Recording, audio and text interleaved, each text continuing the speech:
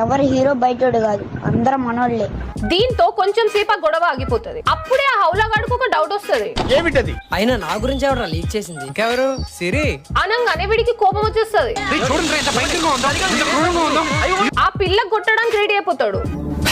వీడెంత హౌలగాడు అంటే ఇందాక అంతమంది పరిగెత్తుతుంటే వెనకాల వీడేమో పారిపోయిండు. అమ్మాయిని కొట్టడానికి రెడీ అయిపోయిండు. దేనికైనా రెడీ.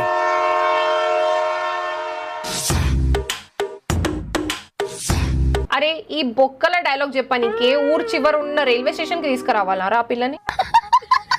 కట్ చేస్తే పారిపోయిన నిబ్బానిబ్బిగాళ్ళు ఇల్లు కోసం చూస్తూ ఉంటారు.